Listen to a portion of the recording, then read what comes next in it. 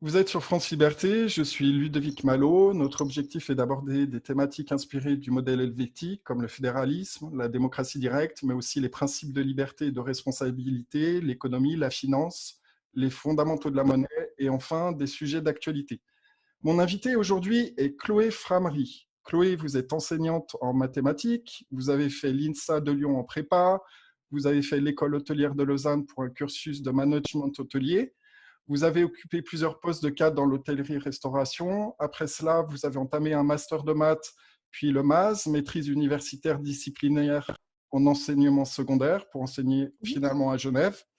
Par ailleurs, vous êtes allergique à toute forme d'injustice et de mensonge et vous consacrez l'essentiel de votre temps libre à votre activité préférée, défendre les droits humains, la démocratie, la justice et la vertu et pas l'institution, clairement.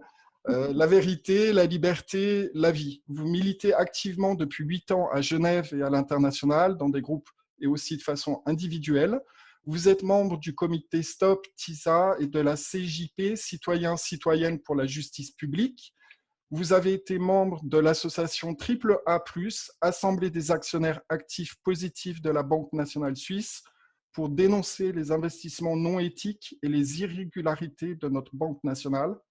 Vous avez aussi participé au mouvement des Gilets jaunes en France et en Suisse. Vous avez co-organisé la chaîne humaine du 31 août 2019 pour stopper les violences policières en France et défendre le droit de manifester. Vous avez aussi œuvré activement pour faire connaître l'initiative populaire Monnaie pleine en Suisse et au-delà, durant le printemps 2018, en parallèle de la campagne pour l'élection du Grand Conseil genevois, pour laquelle vous avez cofondé la liste citoyenne Égalité et Équité. Enfin, depuis mars 2020, vous êtes impliqué dans les recherches et la diffusion d'informations sur le sujet de la crise médiatico-politico-sanitaire du Covid-19. Vous avez participé aux conférences de presse et participé toujours à la récolte des signatures pour le référendum Stop à l'application de traçage suisse Covid. Vous mettez vos actions au service de la vie au sens large et vous vous évertuez également à faire connaître l'alimentation vivante, une alimentation végétale crue, vantée par de plus en plus de médecins et de personnes soucieuses de leur santé et de leur bien-être. Chloé, bienvenue à France Liberté. Merci Ludovic, merci à vous, merci à toi pour cet accueil.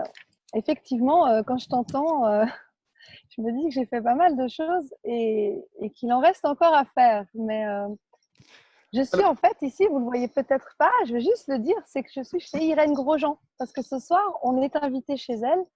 Et donc, Irène Grosjean, c'est la personne qui m'a initiée à l'alimentation vivante. Et donc, on va se régaler ce soir. magnifique endroit. Alors, avant de poursuivre, avis à tous les auditeurs, partagez maintenant cet épisode sur les réseaux sociaux et via les plateformes de messagerie. Notre mission, nos valeurs et les thématiques abordées sur France Liberté sont sur franceliberté.tv. Alors, Chloé, aujourd'hui, on va aborder 5 thématiques.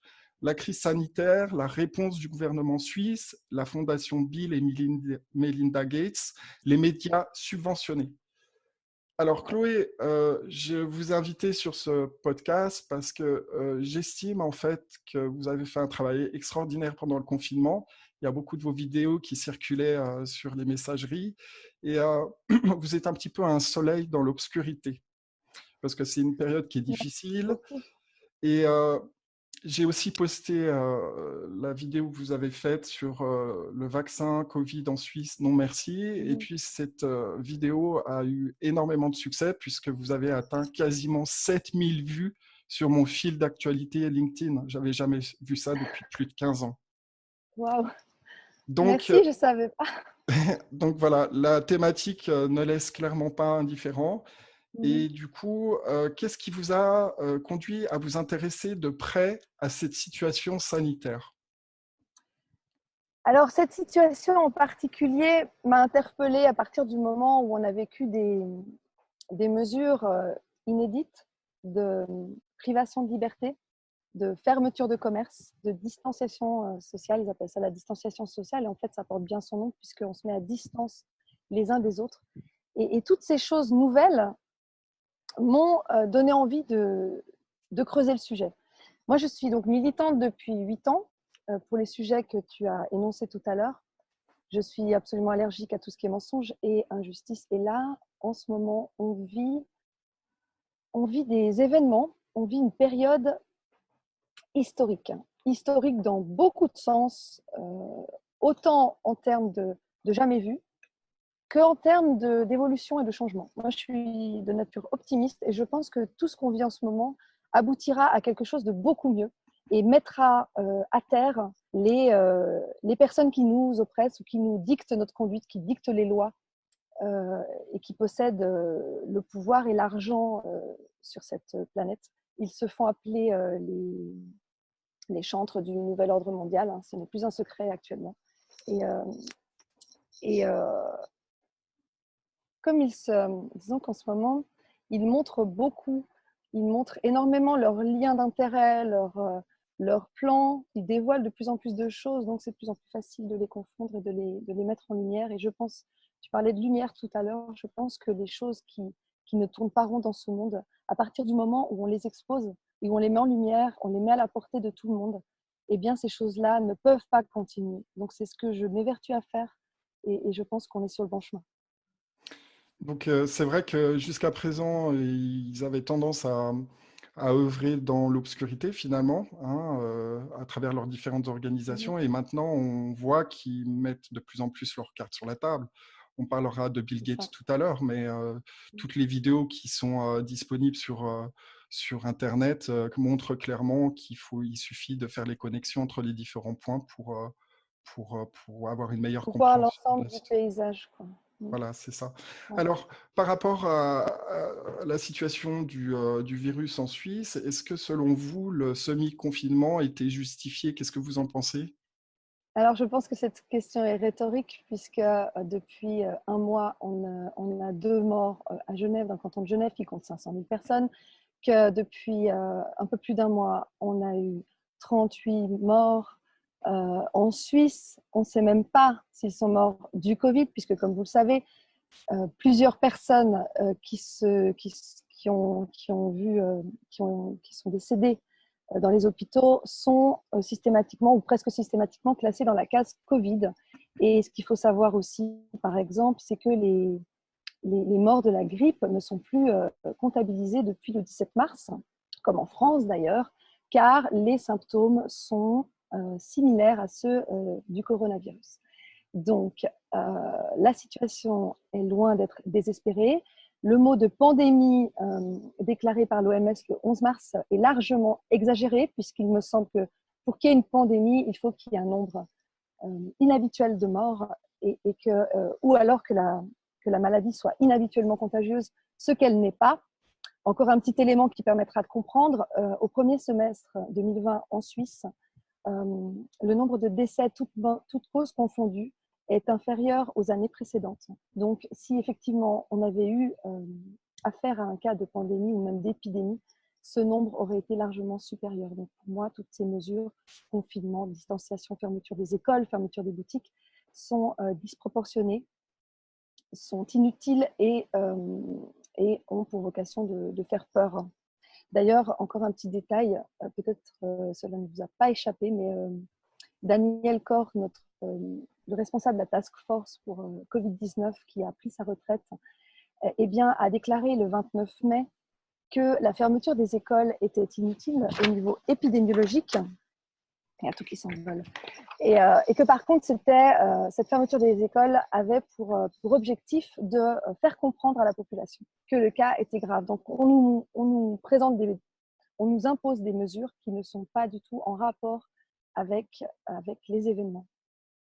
Alors, effectivement, on suit un petit peu la situation aux États-Unis. On a vu que les hôpitaux, de manière extravagante, touchaient des primes quand ils étiquetaient les morts comme Covid. Mais Voilà. ça paraît irréel. Qu'est-ce qui se passe là? Alors moi, je ne suis pas dans le secret des dieux, je n'ai pas de boule de cristal, donc je ne sais pas exactement quels sont les objectifs. Ce que je peux dire, c'est juste ce que je vois. Et ce que je vois, c'est que par exemple, en octobre, le 18 octobre 2019, il y a eu un événement qui s'appelle Event 201, organisé par le Forum économique mondial, par la Fondation Bill et Melinda Gates et par l'Institut Hopkins, qui mettait en scène une pandémie avec les mêmes objectifs, disons les mêmes mesures que celles qui ont été prises lors de l'épisode qu'on vit depuis le mois de mars ici. Et étonnamment, durant ces exercices, il y avait une vingtaine de personnes qui étaient invitées, qui faisaient partie des grands groupes industriels. Il y avait Johnson & Johnson, par exemple. Il y avait une personne importante de la Fondation Bill et Melinda Gates qu'on retrouvera dans d'autres épisodes. C'est Chris Elias. Et il y avait en fait les acteurs qu'on retrouve maintenant au sein de cette pandémie, enfin de cet événement. Moi, je l'appelle la crise médiatico-politico-sanitaire.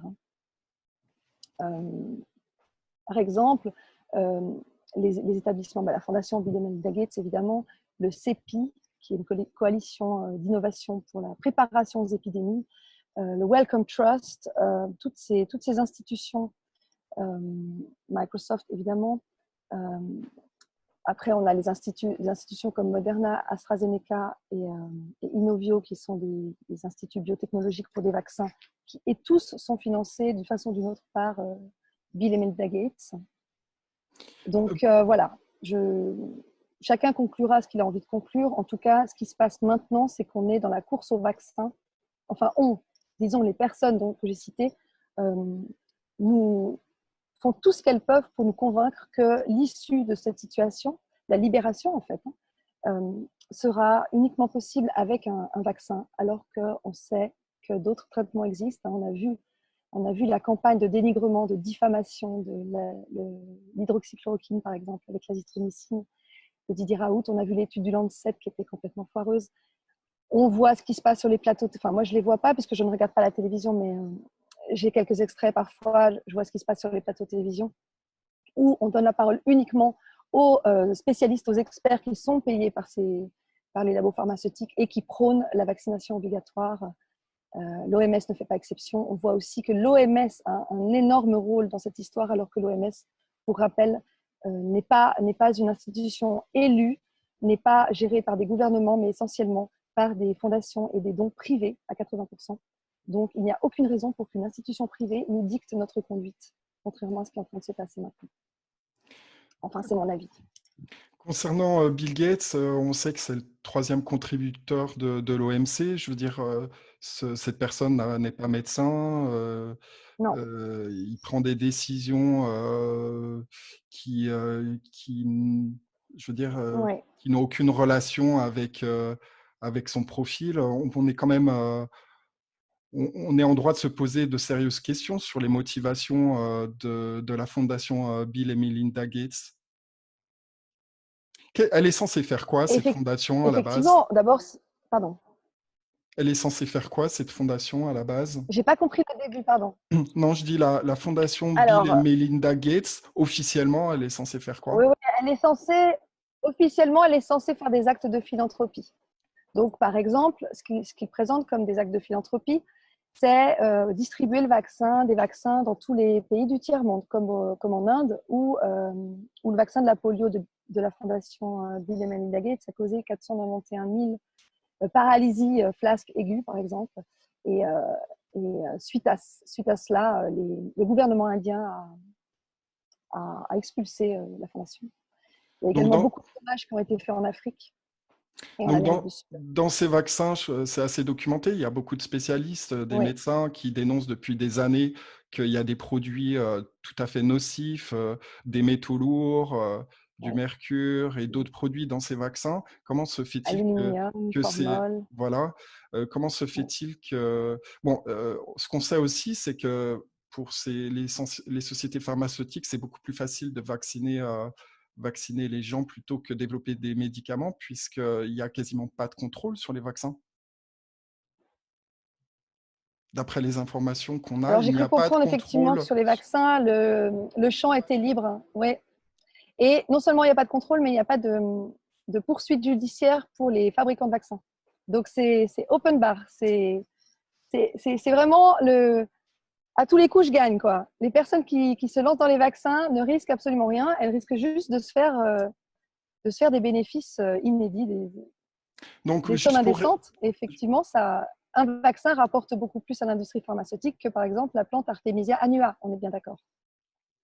donc, juste pour récapituler, les personnes qui voudront se faire vacciner, il faut qu'elles sachent qu'elles n'auront aucune couverture et que les distributeurs de vaccins, ceux qui auront créé ces vaccins, n'auront aucune responsabilité pénale. On est Voilà. d'accord? Alors, pour, pour, euh, pour préciser les choses, effectivement, les fabricants de vaccins n'auront pas de responsabilité pénale. Par contre, les gouvernements, peut-être que oui. Je sais que dans la loi sur les épidémies, il est question, pour la Suisse en tout cas, de dédommagement en cas de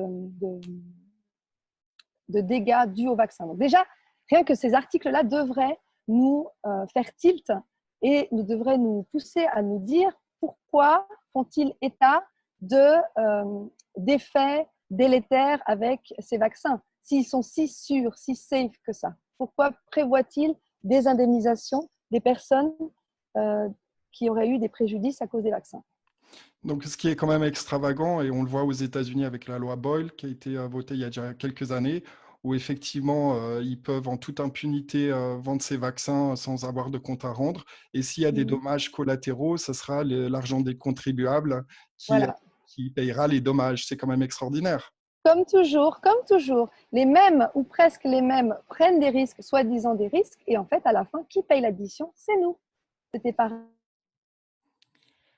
en 2000, donc qu'on a dû sauver, vous vous rappelez?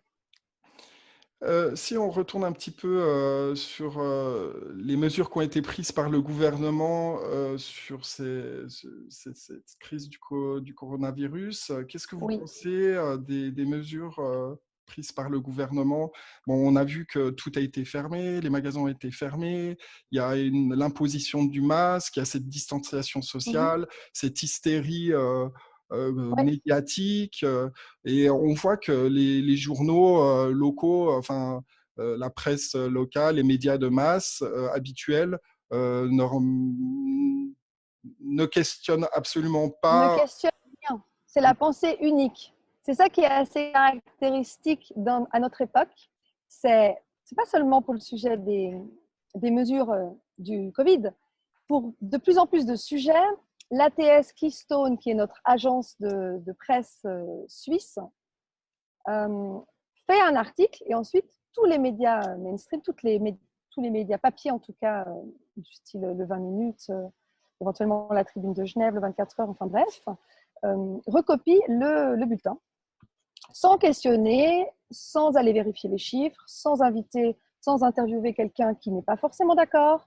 On a toujours une seule voix unilatérale qui est diffusée dans ces médias et même sur les plateaux de télévision, en tout cas à la RTS, Radio-Télévision Suisse Romande pour ne pas les citer.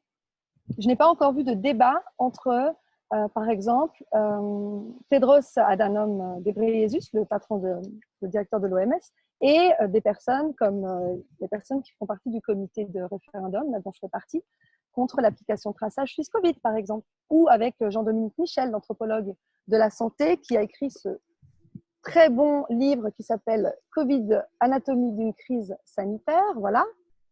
Donc c'est étonnant et cela peut nous aider à nous poser des questions que ces personnes-là qui ne vont pas forcément dans le sens de la doctrine des labos ne soient jamais invitées sur les plateaux télé. Donc c'est cette Une petite presse. anecdote que j'ai peut-être juste la rajouter, pardon, Ludovic. Je l'ai diffusée sur mon Twitter il y a quelques jours. J'ai vu une petite vidéo. En fait, c'était un entretien entre le préfet de Haute-Savoie et des personnes responsables à Genève qui expliquait que la fermeture des magasins à Genève et la fermeture des discothèques, pas la fermeture des magasins, pardon, la fermeture des discothèques et les masques dans les magasins depuis donc la fin juillet, était due à une volonté d'harmonisation entre les pratiques françaises, de Haute-Savoie en particulier, et celles de la Suisse voisine, donc de Genève. Donc pas du tout fondée sur les chiffres ou sur la prétendue contagion de l'épidémie. Et d'ailleurs, l'OFSP, l'Office fédéral de la santé publique, après avoir fermé les discothèques le 31 juillet, nous annonce le 2 août qu'en fait, il n'y a pas beaucoup de contamination dans les discothèques, que c'est plutôt dans les familles que ça se passe. Mais pour autant, la mesure n'a pas été rectifiée.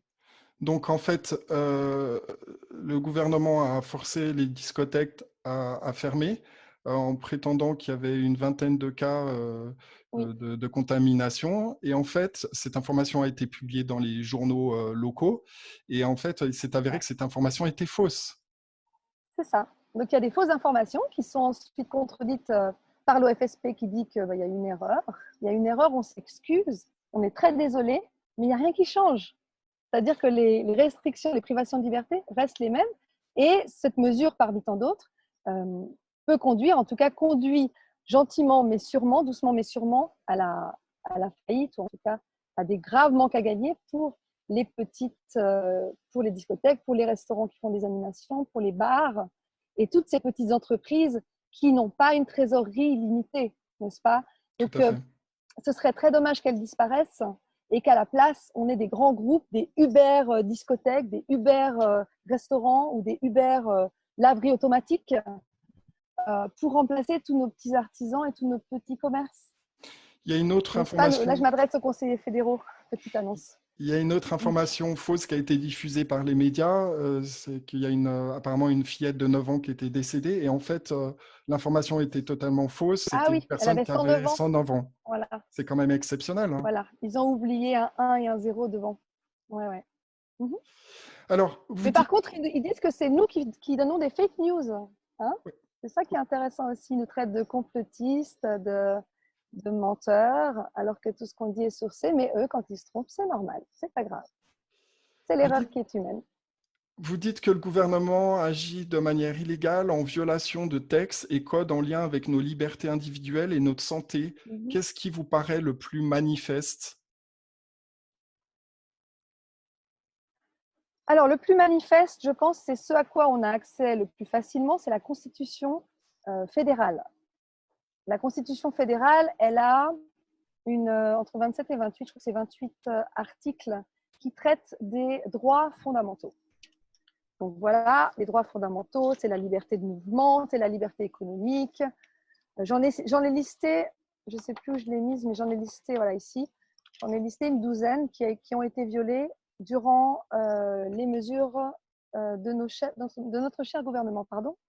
Donc pour en citer quelques-uns, il y a le droit à la vie, liberté personnelle, dont l'intégrité physique et la liberté de mouvement, la protection de la sphère privée, la liberté d'information et d'opinion, comme vous le savez sans doute, comme tu le sais sans doute, sur les réseaux sociaux notamment, nos publications sont censurées, sont éliminées pour cause de fake news, alors que tout ce qu'on dit est sourcé. Quand je dis on, c'est les lanceurs d'alerte en général et les personnes qui sont éveillées en particulier. La liberté des médias, censure interdite, donc ça c'est un peu redondant à ce que j'avais dit avant. La liberté de réunion, hein, on n'a plus la liberté de se réunir à des nombres qui nous seraient utiles, pardon. Liberté d'association, liberté d'établissement, donc entrer en Suisse, sortir de Suisse. Pendant 3 mois, on n'a plus pu le faire, n'est-ce pas? En tout cas, sur le papier, hein, parce que juste pour la petite anecdote, moi j'ai réussi à prendre l'avion pour aller à Paris sans aucun problème. Mais la frontière de Genève-Ferney était fermée. Cherchez la logique. Liberté économique pour les personnes qui doivent normalement avoir accès à leur libre exercice d'activité économique. Donc toutes les petites boutiques ont fermé, n'ont pas pu voir ce droit-là respecté. Les garanties pénales de procédure qui disaient que donc les procédures judiciaires devaient suivre leur cours. Or, tout a été gelé pendant 2 ou 3 mois. Pas de privation de liberté. Et les droits politiques. Les droits politiques, c'est ce qui nous permet de récolter des signatures, par exemple, ou de voter des lois. Et donc, pendant les mesures de semi-confinement, tous ces droits-là ont été stoppés. Donc ça, c'est le plus manifeste, à mon avis. Après, il y a d'autres codes, il y a d'autres textes qui sont en passe d'être violés, comme par exemple le code de Nuremberg qui dit que on ne fait pas d'expérience médicale sans le consentement libre et éclairé des patients. Donc tout ce qui est vaccination et même les masques, hein, qui sont une mesure médicale puisqu'ils nous disent que ça nous protège, ne doivent pas être faits sans notre consentement. Or, moi, je n'ai pas consenti à porter un masque quand je vais dans un restaurant ou quand je vais acheter une paire d'écouteurs, comme j'ai été à MediaMarkt il y a 3 jours où je me suis fait littéralement insulter. On m'a prié de sortir du magasin puisque mon masque était sous le menton. Voilà, donc ça déroge totalement au code de Nuremberg. On a aussi le serment d'Hippocrate, mais là, ça concerne plus les vaccins. Et ça, on y viendra peut-être plus tard dans la conversation, qui dit qu'on ne doit pas donner de poison à quiconque, même s'il est consentant. Donc, on rappellera la composition, en tout cas, certains ingrédients qui se trouvent être dans ce vaccin. Et il y a un troisième texte dont je n'ai plus le souvenir là maintenant, mais qui parlait aussi, oui, je crois que c'est le code de déontologie de la santé, code de déontologie médicale, qui dit aussi que tout acte médical doit être consenti, doit être précédé du consentement libre et éclairé des personnes qui s'y soumettent.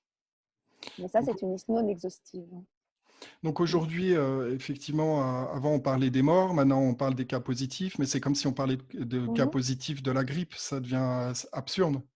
Voilà, c'est absurde. Est-ce que l'année dernière, on a eu un décompte jour après jour des morts de la grippe, des cas de grippe, des cas qui sont en fait des personnes qui sont soupçonnées d'avoir le coronavirus, avec des tests qui sont fiables à 80%, avec des faux positifs, des faux négatifs. Est-ce que l'année dernière, on nous a présenté la grippe comme un événement grave et mortel et dangereux pour le monde?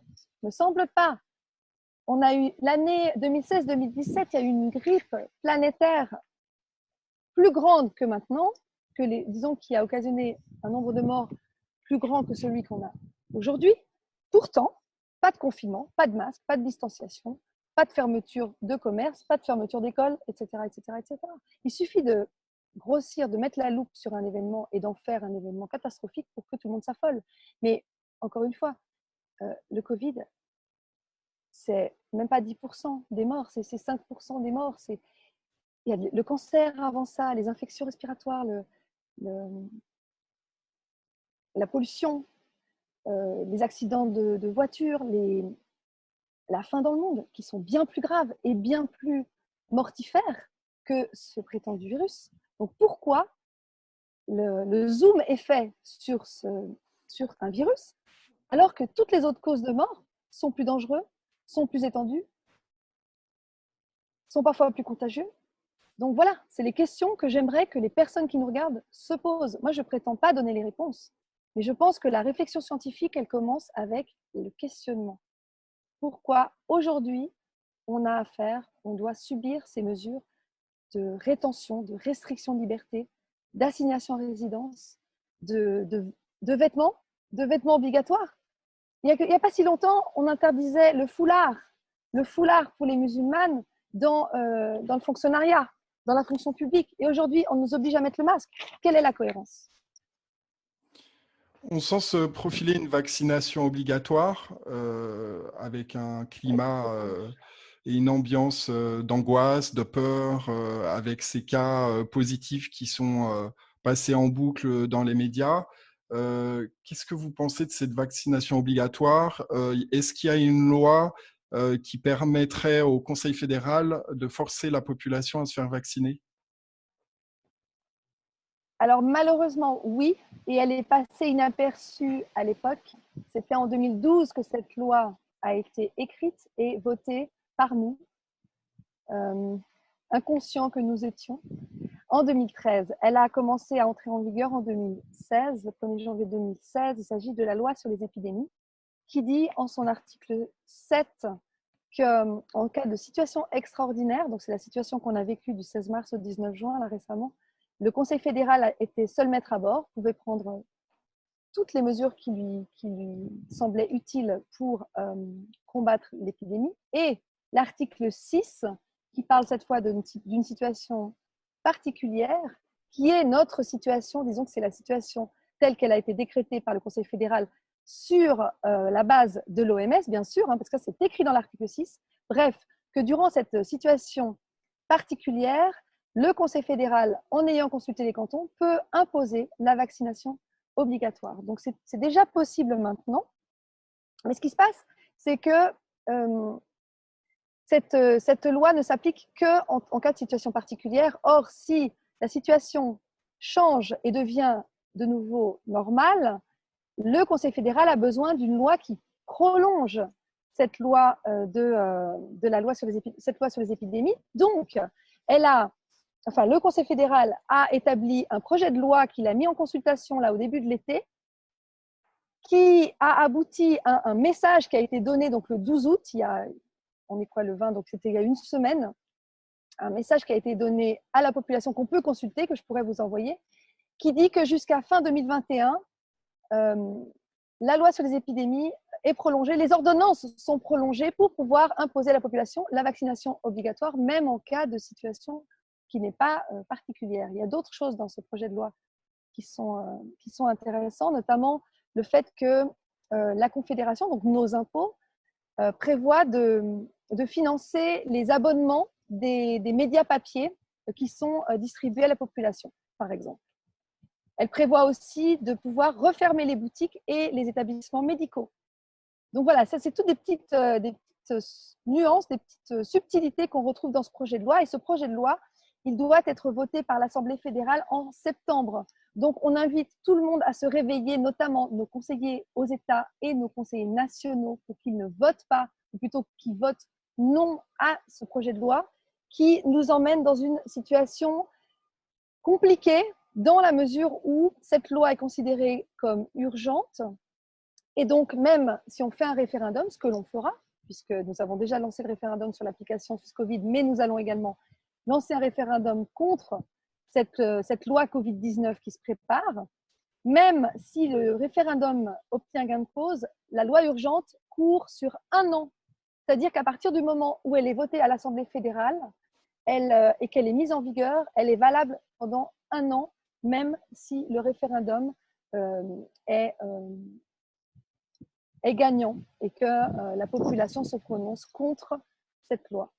Donc la démocratie suisse, voilà, on arrive à ses limites, gentiment. Est-ce que cette loi viole la Déclaration universelle des droits de l'homme? Alors oui, puisque dans la Déclaration universelle, alors il y a trois étapes, mais je sais que dans la Déclaration universelle, donc c'est la dernière de 1948, il est question de la liberté et la sûreté. Attendez, parce que je ne la connais pas encore tout à fait par cœur, mais j'aimerais vous la lire pour être exact. Donc oui, articles 3, 4 et 5 de la Déclaration universelle des droits de l'homme de 1948, tout individu a droit à la vie, à la liberté et à la sûreté de sa personne. Nul ne sera tenu en esclavage ni en servitude. L'esclavage et la traite des esclaves sont interdits sous toutes leurs formes. Nul ne sera soumis à la torture, ni à des peines ou traitements cruels, inhumains ou dégradants. Voilà. Donc la liberté fait partie des droits de l'homme, notamment dans cette déclaration universelle des droits de l'homme. Et l'esclavage, la servitude, le fait de devoir porter ses masques, sont proscrits par cet article. Mais ça, donc clairement, la population clairement, suisse ou la population des autres pays n'est pas forcément toujours au courant. donc effectivement, il faut que la population sache que en cas de vaccination forcée, ils n'ont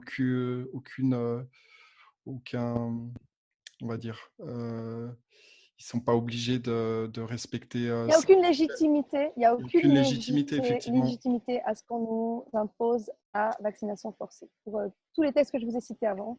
Quels que soient les arguments, on est d'accord, quel que soit le contexte, quels que soient les événements qui sont mis en place, ils n'ont pas la légitimité pour forcer la population à se faire vacciner.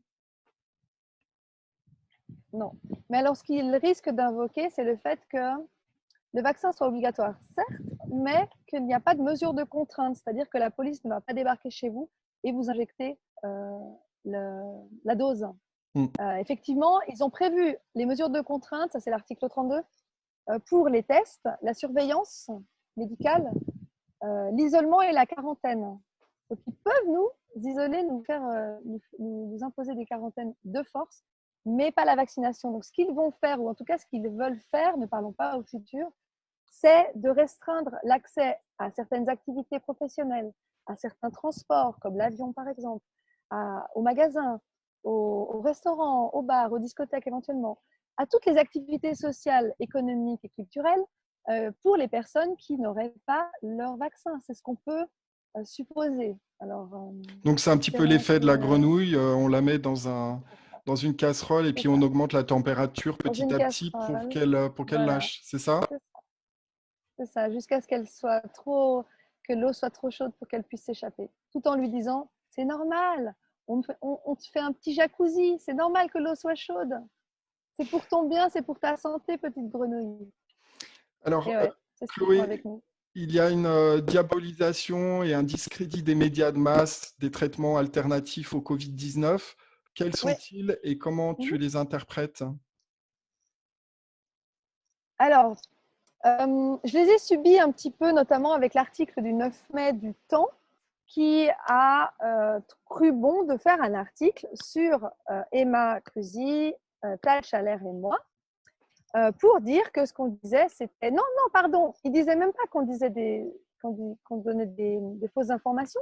Il faisait des associations avec les personnes qu'on aurait croisées sur notre route. Par exemple, ils ont essayé de me faire passer pour une antisémite puisque j'ai fait une vidéo avec Dieudonné, pour une intégriste chrétienne alors que je suis athée ou en tout cas agnostique, parce que ma vidéo avait été relayée par un site catholique.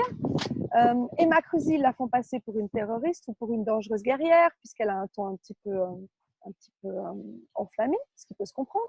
Tal Chaler, ils font croire à la population qu'il a été dans des sectes, alors que pas du tout. Il a juste créé une association, une fondation, je crois même, qui permettait aux gens de se soigner avec des plantes, avec de l'alimentation vivante et avec des exercices pour gérer nos émotions, donc rien à voir avec le sexe bien sûr. Mais quand on veut se débarrasser de son chien, on l'accuse de la rage, c'est très connu. Et comme ils ont du mal, je pense en tout cas, à discréditer les messages, eh bien, ils discréditent les messagers comme toujours. Malheureusement pour eux, de plus en plus de gens s'en rendent compte. Le Temps a reçu une pluie d'insultes, notamment les deux journalistes enfin, personnes qui ont écrit ces propos diffamatoires. Et je ne sais pas si elles recommenceront l'exercice, mais on se rend compte que la presse n'est plus là pour informer ou pour donner plusieurs visions du même objet, mais pour dire ce qu'il faut penser, ce qu'il faut croire, qui il faut aimer, qui il faut détester, ce qu'il faut acheter, ce qu'il faut rejeter. Et donc, on n'est plus dans de l'information plurielle et diversifiée, on est dans une doctrine, dans une pensée unique, dans laquelle il y aurait la façon de penser juste et la façon de penser complotiste, qui serait évidemment fausse. Donc, nous, on aimerait qu'ils se basent sur des arguments, qu'ils nous contredisent avec des arguments contraires. Or, ce n'est pas ce qu'ils font. Donc, soit ils n'en ont pas, soit ce n'est pas ce qui les intéresse. Est-ce que au Parlement fédéral, il y a des conseillers nationaux ou des conseillers d'État qui ont pris position contre la crise et la gestion de crise du gouvernement? Est-ce qu'il y a des conseillers et des conseillers d'État qui dénoncent cette situation finalement? Alors, ce que j'ai à dire là-dessus, c'est que je trouve anormalement frileux nos représentants. Je rappelle que ce sont des personnes qu'on a élues, à la fois les conseillers d'État, les conseillers nationaux, les conseillers aux États et même nos parlementaires cantonaux, donc en conseil pour Genève, ne se positionnent pas du tout en faveur d'un débat, en faveur d'un questionnement, en faveur d'une solution à trouver ensemble ou d'une solution qui serait plus naturelle, moins contraignante, moins liberticide, et qu'ils vont tous ou presque dans le sens de ce qui est dit par l'OMS et de ce qui est dit par la Fondation Bill et Melinda Gates, ce qui est dit par Gavi, l'Alliance vaccinale, et d'autres fondations privées. Mais heureusement, au Conseil national, il y a un Conseil national qui fait partie de l'UDC, mais ça, ce n'est pas notre faute, et en même temps, quel est le rapport, qui nous a rejoint dans le comité d'initiative pour le référendum contre l'application Suisse Covid. Mais malheureusement, les autres responsables politiques ne se prononcent pas, ne viennent même pas nous poser des questions. Et on se demande si ce sont des fils à la patte qui les empêchent de poser des questions ou de nous parler, de nous contacter, ou alors c'est ils sont tous persuadés que le vaccin est l'ultime possibilité de sortir de ce traquenard et que l'hydroxychloroquine, qui pourtant a fait ses preuves depuis au moins 70 ans et qui a fait ses preuves largement dans cette crise du Covid, sont des poisons, comme l'ont dit Madame Buzyn le 13 janvier, disant qu'en la classant substance vénéneuse alors que ça faisait 70 ans qu'elle était délivrée sans ordonnance dans les pharmacies.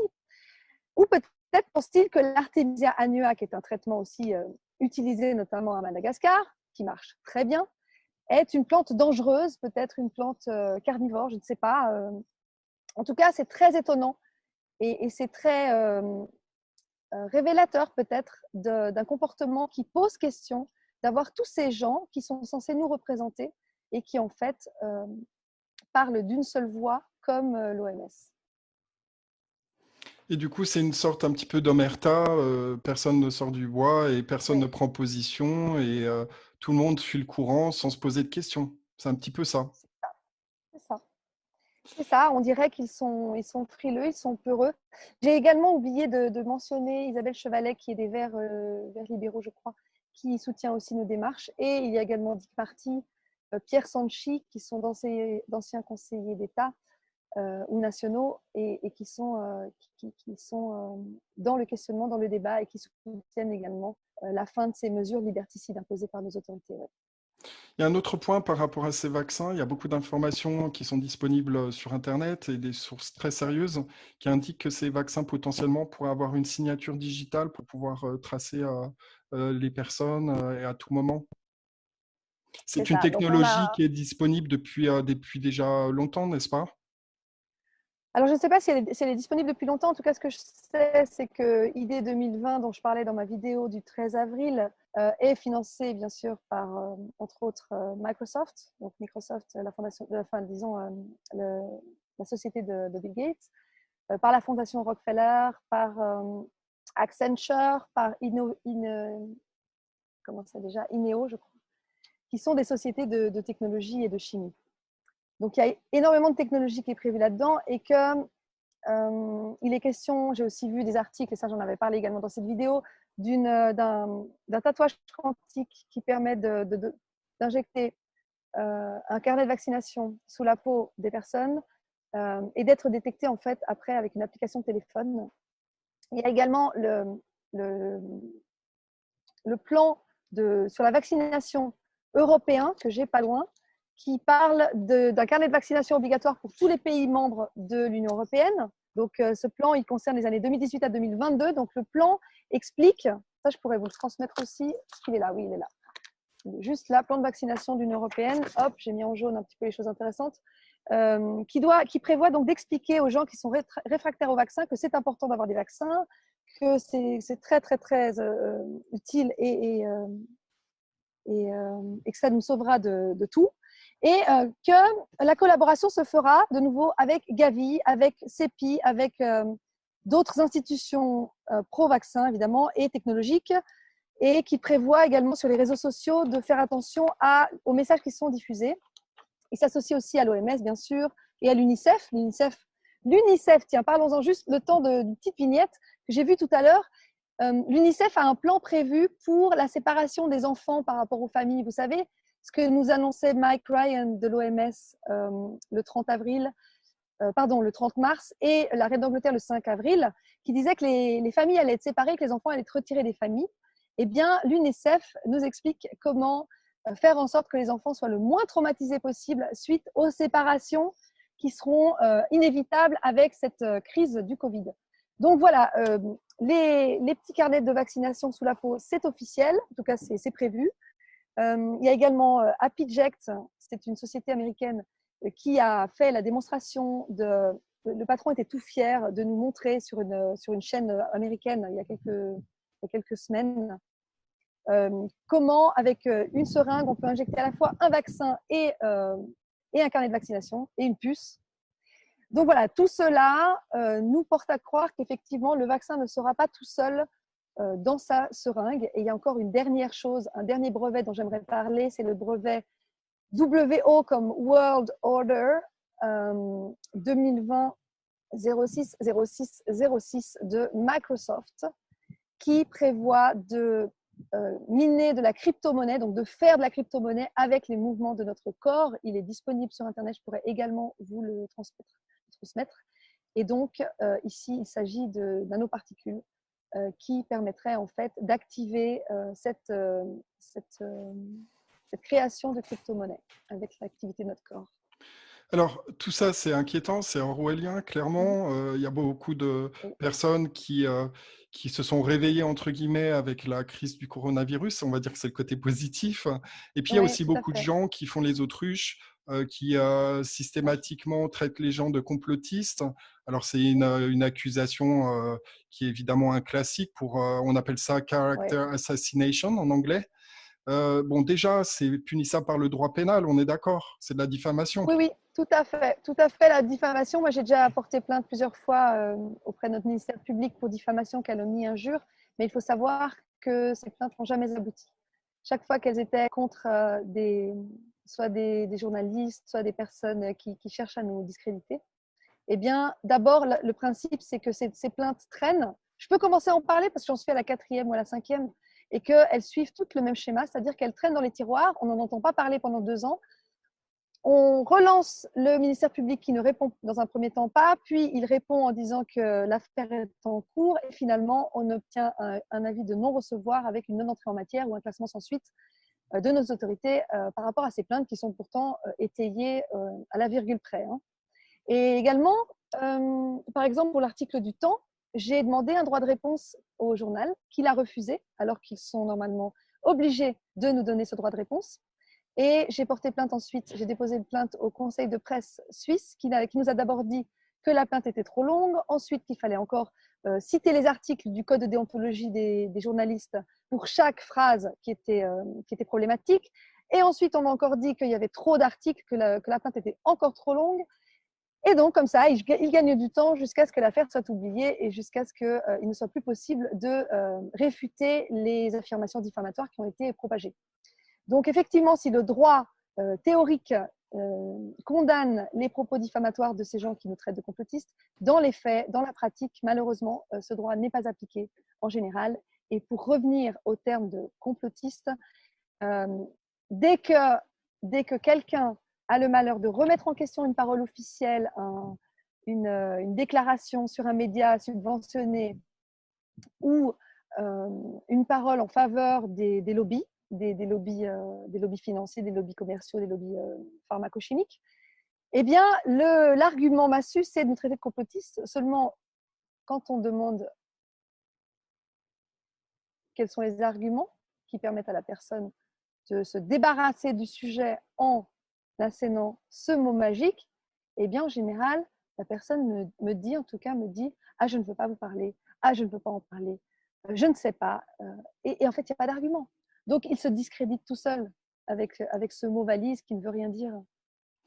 Juste par rapport à Gavi, parce que finalement, on se rend compte que Genève est au cœur de cette crise mondiale. Elle héberge énormément d'organisations internationales. Il y a le World Economic Forum qui travaille en coulisses. C'est quand même extraordinaire parce que ces organismes prétendent améliorer la situation du monde, s'occuper des gens, de la santé des Africains, des jeunes Africains, etc.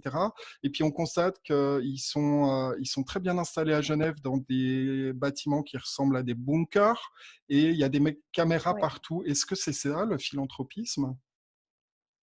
Alors, c'est une question très intéressante. Comment... Je renvoie la question aux personnes qui nous écoutent. Est-ce que la philanthropie, c'est des bunkers avec des caméras, des locaux qui sont impossibles à visiter, des financements d'usines, de sociétés d'armement, de malbouffe comme McDo ou Coca, de pétrole, de lobby du pétrole, de journaux comme Le Monde, enfin, etc. Est-ce que c'est ça la philanthropie? Est-ce que c'est œuvrer avec le Conseil fédéral, puisqu'on n'a pas encore parlé des accords qui sont conclus entre nos autorités et la Fondation Bill et Melinda Gates? Est-ce que c'est préparer des réglementations pour pouvoir apporter des vaccins dans les pays d'Afrique subsaharienne? Est-ce que c'est ça la philanthropie?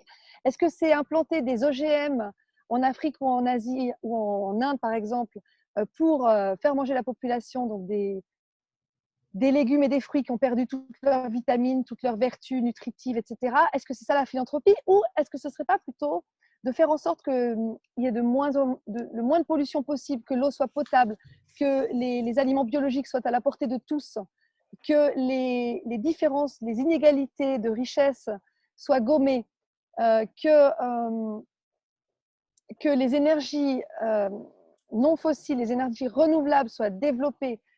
Enfin, la liste est très longue. Est-ce que c'est ça? Voilà. Est-ce que la philanthropie, c'est imposer des remèdes chimiques et polluants plutôt que d'écouter la nature et de se fier à ce qu'elle peut nous offrir? Je ne sais pas. Je ne sais pas. Je pose la question. Alors, c'est marrant parce il y a un documentaire extrêmement important qui a été diffusé sur Oui. London Real mardi, en avant-première Oui. mondiale, Oui. qui s'appelle Plandémique. Il a été diffusé sur le site protégé de London Real qui s'appelle The Digital Freedom Platform. Donc, j'invite les auditeurs à aller sur cette plateforme, The Digital Freedom Platform, et d'aller regarder ce documentaire Plandémique qui Alors, explique ouais. un petit peu tous les coulisses, les liens entre Bill Gates, qui remonte un petit peu l'historique avec Bill Gates, etc. Et en déconstruisant tous les mythes qu'il y a autour de ce personnage. Bon, on sait qu'il n'est pas médecin, il n'a pas lui-même créé Microsoft dans son garage, contrairement à ce qu'on pouvait le croire. Donc, c'est un c'est un documentaire qui est complètement censuré sur les réseaux sociaux. Ouais. Donc, voilà. J'invite les Attendez, auditeurs. j'ai juste Imani qui est juste à côté de moi qui vient de faire un petit coucou. Donc, il y a mes amis qui sont arrivés. Oui, alors ce documentaire, ce document dont tu parles, c'est un document qui existe déjà depuis quelques mois, qui a déjà été censuré sur d'autres plateformes donc il y a quelques mois, et qui est un témoignage avec Judy Mikovits, qui était médecin et qui a été mise en prison pour des découvertes qu'elle a faites, notamment sur le VIH, sur le sida, sur le traitement du sida, et qui a été menacée d'emprisonnement à nouveau si elle osait parler de ses découvertes et de parler de la censure qu'elle subit pendant plusieurs années. Et donc là, elle ose parler parce qu'elle pense que la situation est grave et que sa vie importe moins que le devenir de l'humanité et la liberté de l'humanité. Donc on la remercie. Et effectivement, ce document dérange puisqu'à chaque fois qu'il est posté sur Internet, il disparaît par la magie de la censure. Chloé, on arrive doucement à la fin de cette interview. On va passer aux actions. Quelles sont les actions que vous mettez en place actuellement? Quel est le Alors, programme? le programme, il y a déjà le référendum contre l'application Suisse Covid, donc Stop Suisse Covid, qui demande 50 000 signatures avant le 8 octobre. On a plusieurs milliers de signatures, mais on n'a pas encore le nombre, bien que plein de personnes en Suisse s'activent pour le faire signer. Donc, vous pouvez le faire signer, un formulaire par commune. Ensuite, si possible, vous faites valider dans votre commune avec les signataires qui doivent être suisses. Deuxième chose, des manifestations. Pardon, tu as une question peut-être? Non, oui, j'allais demander pour les auditeurs qui cherchent à obtenir enfin, Des signer, informations? ils peuvent déjà consulter quel site? Alors, c'est Suisse Covid, attendez, c'est Suisse- non, attendez, stop, stop-swisscovid.net, et il y a aussi le site 1291.one. C'est les deux sites où on peut avoir des informations. Là, je vous préviens juste que j'ai 4% de batterie, donc si ça coupe, Oui, ce d'accord. sera mon ordinateur qui lâche, mais je pense qu'on va y arriver. Oui. La deuxième catégorie d'action qu'on va faire, qu'on va mettre en place, c'est les manifestations. À Zurich, 29 août, le samedi 29 août, est prévue une grande manifestation comme à Berlin. Vous savez, le 1er août, on avait eu cette monstre manifestation avec 1 million de personnes à peu près. Donc, le rendez-vous, c'est 13h sur je ne sais pas le dire, donc je vais pas écorcher le nom, mais c'est un truc comme Sechlautenplatz. La première partie n'est pas déclarée, mais la deuxième partie qui commence à 17h sur Helvetiaplatz, beaucoup plus facile à dire, 17h à 19h sur la Helvetiaplatz à Zurich. On attend un maximum de monde. La deuxième manif qui aura lieu en Suisse, c'est celle de Genève le 12 septembre, en même temps que celle de Paris. Donc, celle de Genève aura lieu à 15h, départ à la place des Nations, donc en face de l'ONU. Voilà, ça, c'est les deux grosses manifs qui se préparent. Il y en aura d'autres à Lausanne, à Fribourg et dans d'autres villes de Suisse. Ça, c'est des actions qu'on peut avoir tous ensemble.